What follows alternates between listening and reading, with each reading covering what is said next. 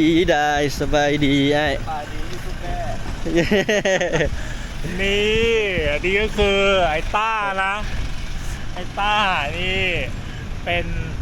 พี่ชายแท้ๆของไอ้เกดนะจะไปคู่หน้านี่เหมือนกันไหมเอาหน้าไปส่องเลยกันดินี่เป็นพี่ชายแท้ๆเลยนะเนี่ยนี่น้องมีจุดอ่อน คนนี้น้องคนนี้พี่แล้วเนี่ยพี่ชายทำไมพี่ชายตัวเล็กกว่า ไอ้เมฆว่าไอ้เมฆที่ย่างไปวะเนี่ยพี่เมฆที่ย่างแบบนี้ว่าขึ้นเท่านั้นดูนะเมียดิมาเอาเครื่องวันนี้อันนี้ไปไหนวันนี้ก็ได้เอาโตต้ามารับนะโตต้ามาจากเวียดนามพอดีนะทุกคนฮะเที่ยวอ่ะบอไอ้เมฆที่ย่างกลับดูไปย่างไปก่อนก็ได้ต่อเลยโอเคทุกคนเดี๋ยวไปเจอที่บ้านนะ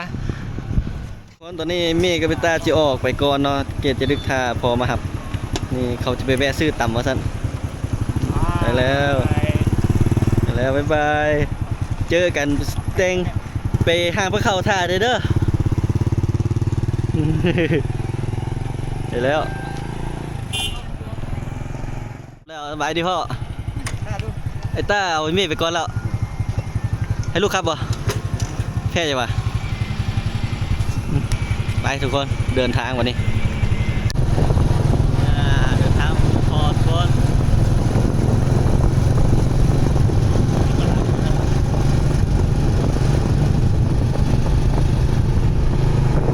อันนี้ต้นข้างหลังทุกคน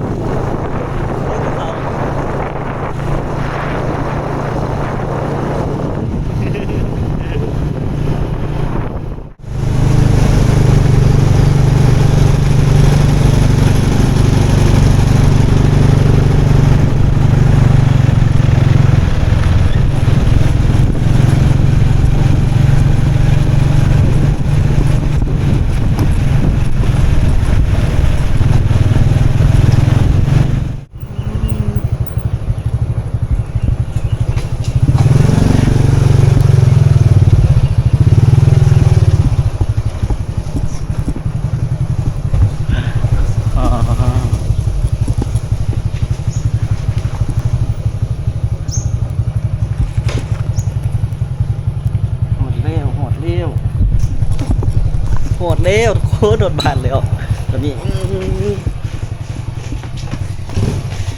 โอ้โหไอเมฆกับไอตาหอดใส่แล้วโอ้โหไอเมฆกับไอตาหอดใส่แล้วตอนนี้อะโวคาโดหล่นหลายเลยพ่อหนูกัดอะโวคาโดหล่นมาทุกคน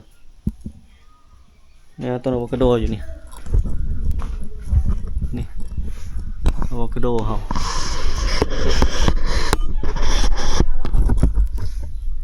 หลายเลยทุกคนอะโวคาโดนะ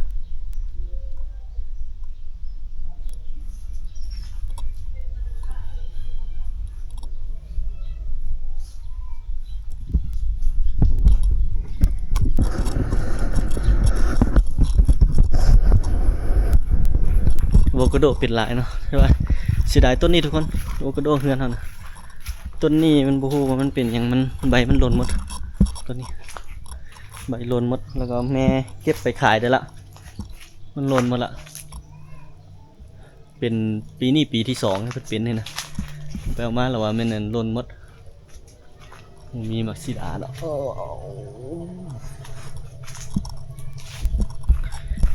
ไอ้ตาก็ไอ้เมย์คู่เขาไปแวะทางไหนเนาะเดี๋ยวถ่ายตากับไอ้เมย์กันโอเคทุกคนหมดแล้วเต็มเลยพูนกกนั่นหมดแล้วนี่ดีครับดีต้นนั่นคุณรวงออกนะต้นนี้แท้ต้นยังไม่ตายหรอแม่ยังมันยังเขียวอยู่แต่ว่ามากรวงแม่มาครับแม่เดี๋ยวนี้จะให้ไอ้เมฆพาทัวร์นี่บ้านนี้เขาปลูกอะโวคาโดนะทุกคนบ้านเก่งเนี่ยมีอะโวคาโดแล้วก็มีผักพืชผักที่ปลูกเองเยอะแยะไปหมดเลยนะนี่เห็นแล้วดูดีเฮ้ยทำไมวันปีนี้มันลูกเล็กหรือมันลูกเท่าเดิมมันลูกเท่าเดิมมันอยู่สูงคนพาไปดูเป็ดอะไรไม่ยอมร้องอ้าวเป็ดเทศเนาะเทศเป็ดบ้านนี้ไม่ร้องอ่ะนี่ตัวโอ้สุดแล้วนี่ตอนนั้น เขากลับบ้านสุดแล้วนี่มันใหญ่เลยนี่เป็น5ตัวเด้ อ๋อเหรอ เออใหญ่เลยเด้ดิ เฮ้ย5เหรอ6เด้อจักทิศ 2 อาทิตย์เอง 2เดือน1ตี ไม่ถึง 2อาทิตย์ว่ะ เออ นี่ใหญ่เลยเด้นี่กิ๊บ ตัวใหญ่มากเลย เกดมีรูปอยู่ได้ทุกคน เหลือกี่ เดี๋ยวเกด ตัว จะเอาให้เบิ่งนะตอนมาสุดแล้วนี่มันนั่น เลยตัว เหลือ6ตัวคือเก่าที่ผม6ตัวนะ5ตัวในจู ทำไมเป็ นะ นี่มันร้องกิ๊ว ก็เป็นหน่อย นี่ เนี่ยเป็ดไอ้ยี่ห้อเนี้ยมันไม่ร้อง ยี่ห้อนี้อยู่ซั่นเป็ดเทศทุกคน มันหิว นี่ ไอ้ตัวนี้อะไรอ่ะก็เป็ดเหรอ ตัวผู้ ตัวใหญ่จัง 5โลที่บ่ให้แม่ ตัวใหญ่มากเลย แล้วก็มันรีดแบบนี้มันพวกฝักไข่ทุกคนมันตามกล้องนี่ยังมีอยู่เด้อทุกคนมันฝักไข่อยู่ เหรอ อืมอันนี้มันส่วนหน่อยนี่อยู่ตามนี้แล้วก็มีนี่ สะอาดมากเลยอ่ะเล้าเป็ดอ่ะ อันเหยียบอยู่นี่มันอันขี้เป็ดบ่ได้หั่น มันเป็นปุ๋ยชั้นดีป่ะ แม่น ไม่เคยเข้ามาสักทีก่อน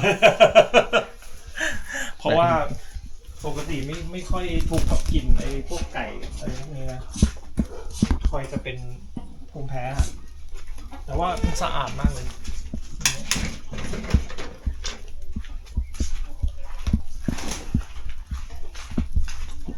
ของรถเบิ่งเบ็ดเฮาหายซะหมดแล้วเนาะ มักหลอดแต่ว่า บ่แม่นนั่นคืออย่านางไอ้มิกจับมาเด้อ จับผิดเลย อันนี้เรียกว่าหลอด เอ้าหลอกลวงนี่หว่า นี่ตัวนี้คือนี่ตัวนี้มันเหมือนใบมังรอดเด้อทุกคนนี่แต่มันบ่เป็นเนาะมังรอดเฮือนนี่จะแปลกทุกคนหวานเลย หวานแบบหวานแท้ๆนี่แหละทุกคน ลูกมันคล้ายๆมะเขือเทศลูกเล็กๆอะแต่ว่ารสชาติมันจะมี2 ชนิดนะมันเปรี้ยวกับหวาน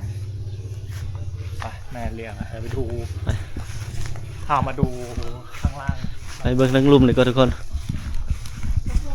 ตัวตาเล็กๆคุณลุงไม่ให้กิน นี่นะทุกคนที่นี่อุดมไทยอ่ะมันจะพื้นมันจะเป็นแบบภูเขาแล้วมันจะเป็นเนินสูงๆต่ำๆนะเพราะฉะนั้นเขาจะปลูกบ้านอยู่กับว่าบนเนินเขาบนอะไรเงี้ย นี่ต้นทับทิมทุกคนเขากินเวลาเหลือได้ลูกเล็กๆนี่ลูกหนึงนี่น้อยๆนี่อยู่ที่ นี่นะก็เลยจะมีสโลปลงมาแล้วก็เป็นห้องใต้ดิน เฮือนบ้านเกจะหกๆนิดนึงเนาะนี่ต้นกะเพราทุกคนเคี้ยวหยองๆ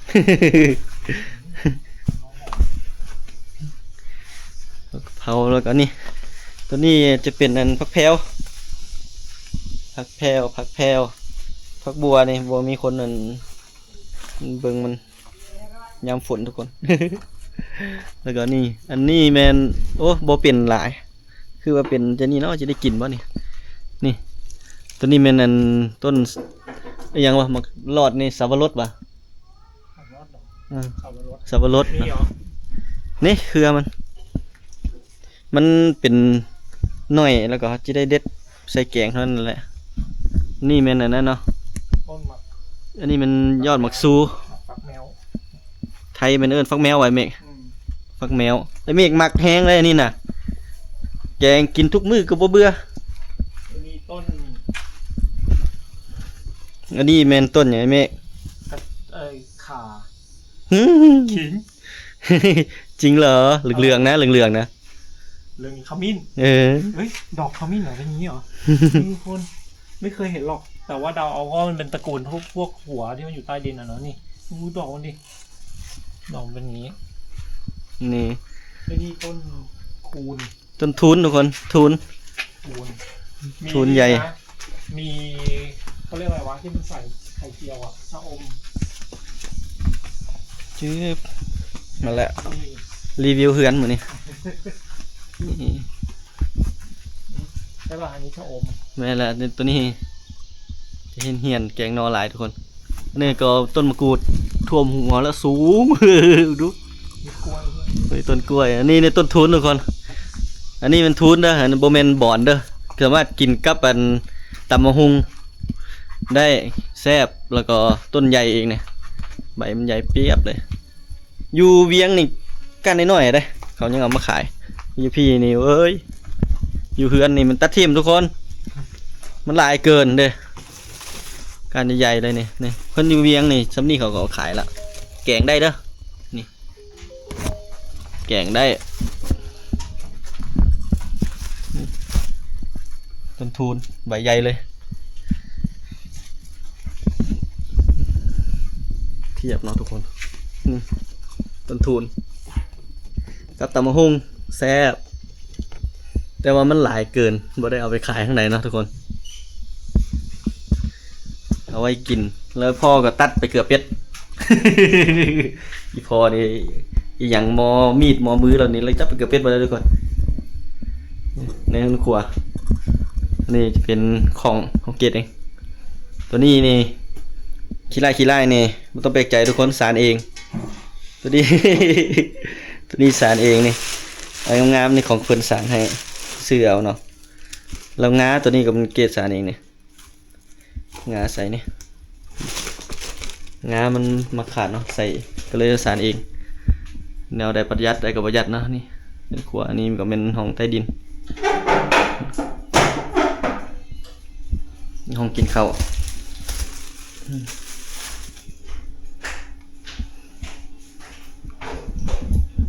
เอาว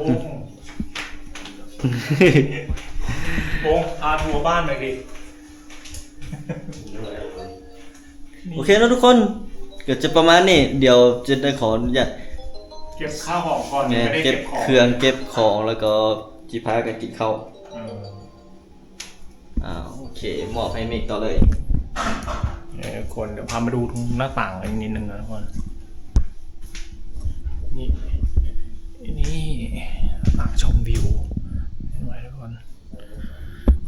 นี่เมื่อกี้เราเดินมาจากตรงนี้นะดูวิวตอนเช้าหมอกจะขึ้นตรงภูเขาลูกนี้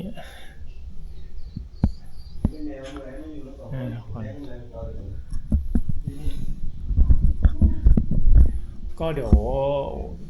วันนี้จะไปไหนต่อเดี๋ยวจะพาไปนะทุกคนที่อุดมชัยนี่แหละตอนนี้ขอไปเก็บของอันแพ็คของก่อนเพราะว่าเพิ่งมาถึงแล้วก็ยังไม่ได้เก็บของเลยทุกคนเดี๋ยวขอไปอันแพ็คของก่อนนะเดี๋ยวมาเจอกันใหม่